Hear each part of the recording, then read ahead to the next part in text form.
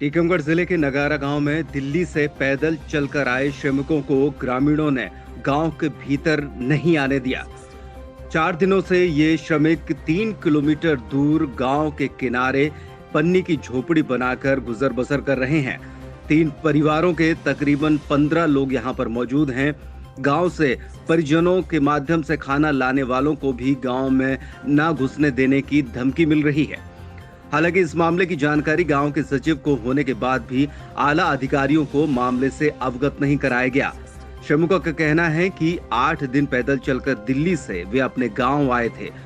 पैरों में फपोले पड़ गए, पर गांव आने की खुशी के चलते सभी दर्द दूर हो गए। लेकिन गांव के लोगों ने ये कहकर गांव में आने नहीं दिया कि हम अपने गांव में बाहर की बीमारी को नहीं आने देंगे। अब ऐसे भीषण गर्मी में ये परिवार भूखे प्यासे गांव के बाहर रह रहे हैं। प्यास लगने पर तालाब से पानी लाकर प्यास बुझा रहे हैं और आसपास से मांग कर पेट भर रहे हैं। ऐसे में प्रशासन ने अब तक इनकी कोई फिक्र नहीं की है। प्रशासन के ग्रामीण क्षेत्र की कड़ी कहे जाने वाले सचिव, पटवारी और रोजगार सहायक भी आला अधिकारियों को गुमराह करने का काम कर रहे हैं। जब तहसीलदार को मामले की जानकारी दी गई तो उनको गुमराह कहकर पटवारी सचिव द्वारा कहा गया कि श्रमिकों को उनके गांव और घर में ही भेज दिया गया है। इस तरीके से गलत जानकारी देकर अधिकारियों को गुमराह किया जा रहा है और ये श्रमिक गांव के बाहर झुग्गी झोपड़ी बनाकर रहने को मजबूर हैं।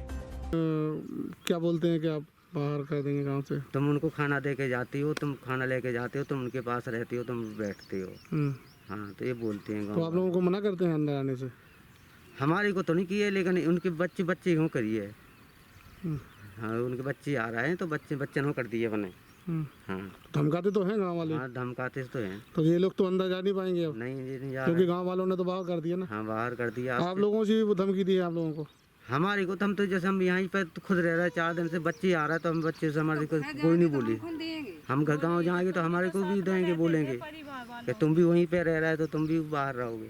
अंदर नहीं करने दिया किसी ने? गांव के अंदर नहीं जाने दिया है। क्यों, क्या बात है?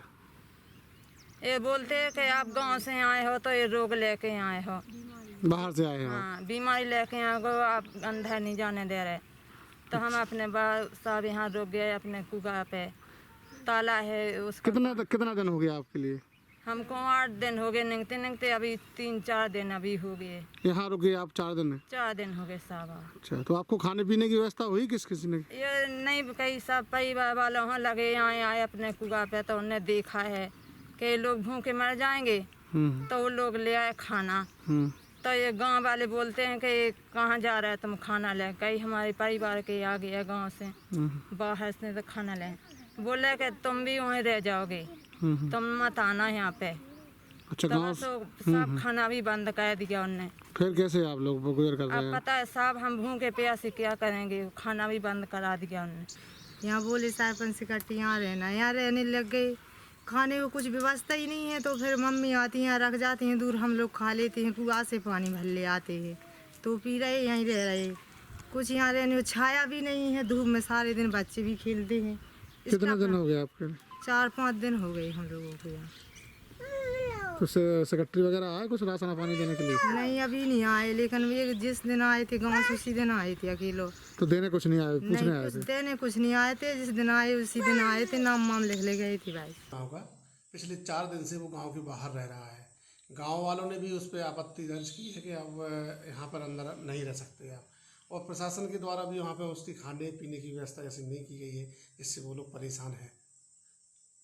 आपके द्वारा सुबह मेरे संज्ञान में ये बात लाई गई थी, फ़ोन पे आपके द्वारा बताया गया था। उसके बाद मैंने सचिव और पटवारी को मौके पे भेजा है, और अभी पटवारी द्वारा बताया गया कि गांव वालों की सहमति से उनको उनके घर में शिफ्ट कर दिया गया है। खाने पीने का जहां तक सवाल है तो वो भी समिति से कहा गया है, तो वो सुबह उनको खाद्यान्न भी उपलब्ध करा देंगे, और भी जो व्यवस्थाएं होंगी बाकी व्यवस्थाएं भी कल उनको देख लेंगे। अभी शाम को उनको घरों में शिफ्ट कर दिया गया है।